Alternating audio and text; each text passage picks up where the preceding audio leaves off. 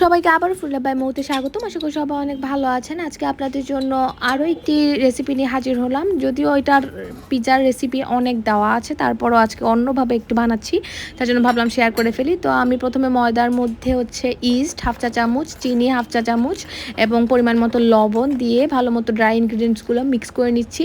তারপর উষ্ণ পানি, মানে খুব বেশি গরমও না খুব বেশি ঠান্ডাও না, এরকম পানি দিয়ে আমি ভালো মতো ডোটা বানিয়ে নিব। আসলে আমি খুব একটা ডো আমি মিক্স করি না, কারণ হচ্ছে আমার হাতে একটু সমস্যা, তার জন্য আমি কোনো রকম মিক্স করে আমি হচ্ছে রেখে দিই এবং যখন ফুলে যায় তখন ইজি হয়ে যায় আমার জন্য ডোটা মিক্স করা।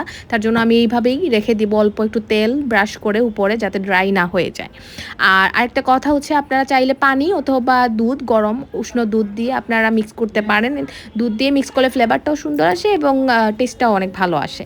তো সেদিন আমি গুঁড়া দুধ ছিল না, আমার বাসায় লিকুইড দুধও ছিল না, তার জন্য আমি শুধু পানি দিয়ে মিক্স করেছিলাম। কিন্তু আপনারা চাইলে আপনারা দুধ দিয়ে করতে পারেন এবং দুধ দিয়ে করলেই আসলে ভালো হয়। তো আমি এখন রেস্টিংয়ের জন্য রেখে দিলাম এবং বাকি উপকরণগুলো দিয়ে আমি পিৎজার যে সসটা ওইটা বানাবো বাসাতেই। আমি নিজেই পিৎজার সসটা বানাই। তো প্রথমে আমি চুলাটা জ্বালিয়ে নিলাম। তারপর আমার ফ্রাইং প্যানটা দেখে কেউ ভাববেন না এটা অনেক বাজে বা পুরানো, আসলে এটা আমার অনেক ভালো একটা ফ্রাইং প্যান। এটা কখনোই নিচে লাগে না কোনো কিছু এবং খুবই কমফোর্টেবল আমার রান্না করাতে, তার জন্য আমি এটা চেঞ্জ করি না। তো আমি এখন যেটা করছি সেটা হচ্ছে অল্প একটু তেলের গার্লিক দিয়ে দিচ্ছি, মানে থেতো করা রসুন, তারপরে দিয়ে দিলাম ফুলকপি। আসলে এটা পুরা হজবরল একটা পিৎজার রেসিপি, কিন্তু খুবই মজা হয়। এমন কোনো কথা নেই যে আপনি যা কিছু মানে আপনার একদম ট্রেডিশনাল ওয়েতেই হতে হবে। তো আমি ফুলকপি দিয়েছি, আপনারা চাইলে অন্য যে কোনো সবজি দিতে পারেন, ক্যাপসিকাম দিতে পারেন। তো আমার কাছে ফুলকপি ছিল, তার জন্য ফুলকপি দিয়েছি। তো রসুনটা ভেজে নেওয়ার পরে আমি ফুলকপিটাও ভেজে নিলাম। তারপরে দিয়ে দিচ্ছি হচ্ছে মাংস, মেরিনেট করা মাংস। আপনারা চাইলে শুধুমাত্র নর্মাল চিকেনটাও দিতে পারেন। আমার মেরিনেট করা মাংস সবসময় ফ্রিজে থাকে, তার জন্য আমি দিলাম। তারপরে দিয়ে দিলাম টমেটো দিয়ে দিলাম, ফ্রেশ টমেটো ছিল, তার জন্য ফ্রেশ টমেটো। আপনাদের যদি ফ্রেশ টমেটো না থাকে সেক্ষেত্রে টমেটো সস দিতে পারেন, কোনো সমস্যা নেই। এখন আমি যে মাংসের পিসগুলো দিয়েছিলাম এটা অনেক বড় বড় ছিল, তার জন্য এখন আমি ছোটো তুলে নিচ্ছি সেদ্ধ হওয়ার পরে। তারপর আমি এটাকে শ্রেডেড করে আমি মিক্স করে নিব। আপনারা চাইলে কুচি কুচি করে কেটেও দিতে পারেন, কোনো সমস্যা নেই। আমার টমেটোর পরিমাণটা একটু কম হয়ে গিয়েছিল, তার জন্য আমি আবার একটু টমেটো সস দিচ্ছি এবং অরিগানো দিচ্ছি। আর যদি ঝাল পছন্দ করেন তাহলে স্পাইসি শ্রীরাচার যে সসটা থাকে ওইটাও দিতে পারেন। আমি অল্প একটু দিয়ে দিলাম। দিয়ে দেওয়ার পরে খুব ভালো মতো মিক্স করে নিতে হবে এবং সয়া সস অল্প একটু দিতে পারেন, নাও দিতে পারেন, কোনো সমস্যা নেই। তো দিয়ে দেওয়ার পরে এই যে আমার সসটা মোটামুটি রেডি, এখন আমি নামিয়ে ফেলবো। এখন যেটা করবো, এই যে ডোটা দেখেন ফুলে গিয়েছিল এবং এখন আমার মিক্স করতে অনেক ইজি হয়ে যাচ্ছে, কারণ অনেক সফট হয়ে গিয়েছে। তো তার জন্য আমি প্রথমে মিক্স করি না তেমন একটা, এখন মিক্স করব এবং চিন্তা করবেন না এটা অনেক সফট হবে এবং অনেক ফ্লাফি হবে। তো এই যে আমি ডোটা নিয়ে আমি আমার শেপ মতো দিয়ে দিব এবং অল্প একটু ময়দা দেবো, বেশি ময়দা দিতে যাবে না, এতে করে শক্ত হয়ে যাবে। একটু নরম নরমই থাকবে পিৎজার ডোটা, নয়তো কাজটা অনেক বেশি শক্ত হয়ে যাবে। তো যে যেরকম পছন্দ করেন পুরুত্বের, আমার হাজব্যান্ড আবার একটু পাতলা পছন্দ করে, জন্য আমি একটু পাতলা করেছি। কিন্তু যদি আপনার একটু মোটা পছন্দ করেন মোটাও দিতে পারেন, দুইভাবেই আসলে পিৎজার কাজটা হতে পারে, কোনো সমস্যা নেই। তো আমি প্রথমে অয়েল ব্রাশ করে নিলাম, তারপরে আমি এটা একটু দিয়ে দিলাম।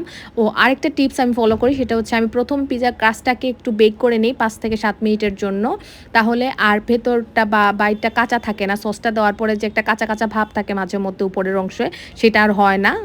তার জন্য আমি 5 মিনিট বা 7 মিনিটের জন্য অল্প একটু জাস্ট বেক করে নেব, যখন কালারটা একটু চেঞ্জ হয়ে আসবে তখন আমি নামিয়ে নিব। তো এখন শুধু আমি পিৎজার ডোটা দিয়ে দিলাম বা ক্রাস্টটা দিয়ে দিলাম, তারপরে আমি টপিং দিব। তো এখন মোটামুটি হয়ে গিয়েছে, এখন আর কাঁচা ভাবটা থাকবে না, তার জন্য এই সিস্টেমটা করা। তো প্রথমে আমি সসটা দিয়ে দিলাম, এখন ভালো মতো সসটা মিক্স করে নিব পুরোটা পিৎজার ক্রাস্টে। তারপরে সব কিছু দিয়ে আপনারা আপনাদের পছন্দ মতো যে কোনো টপিংস দিতে পারেন, যেমন ক্যাপসিকাম, পেঁয়াজ, কাঁচামরিচ, নাগামরিচ, যে কোনো কিছু। এই যে চিকেনটা আমি সেদ্ধ করে রেখেছিলাম সেটা এখন আমি শ্রেডেড করে দিয়ে দিচ্ছি উপরে। আপনারা চাইলে মাশরুম, অলাইভ, যে কোনো কিছু দিতে পারেন, কোনো সমস্যা নেই। আমার বাসায় যা ছিল তা দিয়েই আমি বানিয়েছি। আসলে আমার কাঁচামরিচ অনেক পছন্দ এবং পেঁয়াজ অনেক পছন্দ পিৎজাতে, তার জন্য দিয়ে দিলাম। এখন মজরেলা চিজ যেটা আমার শ্রেডেড করা ছিল ওইটা, মানে প্যাকেটটাই, আমি ওইটা দিয়ে দিচ্ছি, একটু বেশি করে চিজটা দিয়ে দিলাম। আপনারা চাইলে কম দিতে পারেন, কোনো সমস্যা নেই। এই পিৎজাটা অনেক বেশি সুস্বাদু হয় এবং উপরে একটু চিলি দিলাম, ক্রাশড চিলি, এটাও আমার অনেক পছন্দের পিৎজাতে।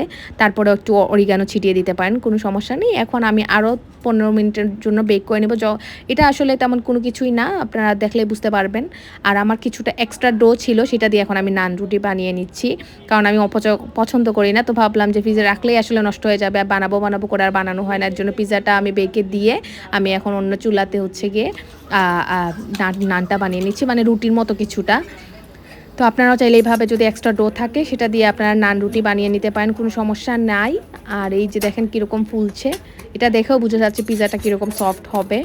তো এটা এভাবে করে নিচ্ছি এবং এর মধ্যেখানে আমার পিজাটাও হয়ে গিয়েছে। এই যে দেখেন কালারটা এবং পুরা পিজাটা দোকানের কেনা পিজার মতো হয়েছে। এখন আমি কেটে সার্ভ করে নিচ্ছি, আপনারা আপনাদের পছন্দ মতো পিস করে নিতে পারেন।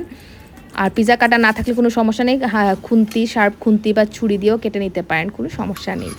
তো প্রিয়ম এখন হচ্ছে খেয়ে আসলে রিভিউ দিবা, কিন্তু এত মজা হয়েছিল এবং অনেক গরম ছিল তার জন্য প্রিয়ম কথা বলতে পারছিল না, কিন্তু আসলেই অনেক মজা হয়েছিল। আপনারাও বানিয়ে দেখবেন। আশা করি আজকে ভিডিওটি অনেক ভালো লেগেছে। ভালো লাগলে অবশ্যই লাইক কমেন্ট এবং সাবস্ক্রাইব করে পাশে থাকবেন নতুন নতুন রেসিপি পাওয়ার জন্য। ধন্যবাদ সবাইকে।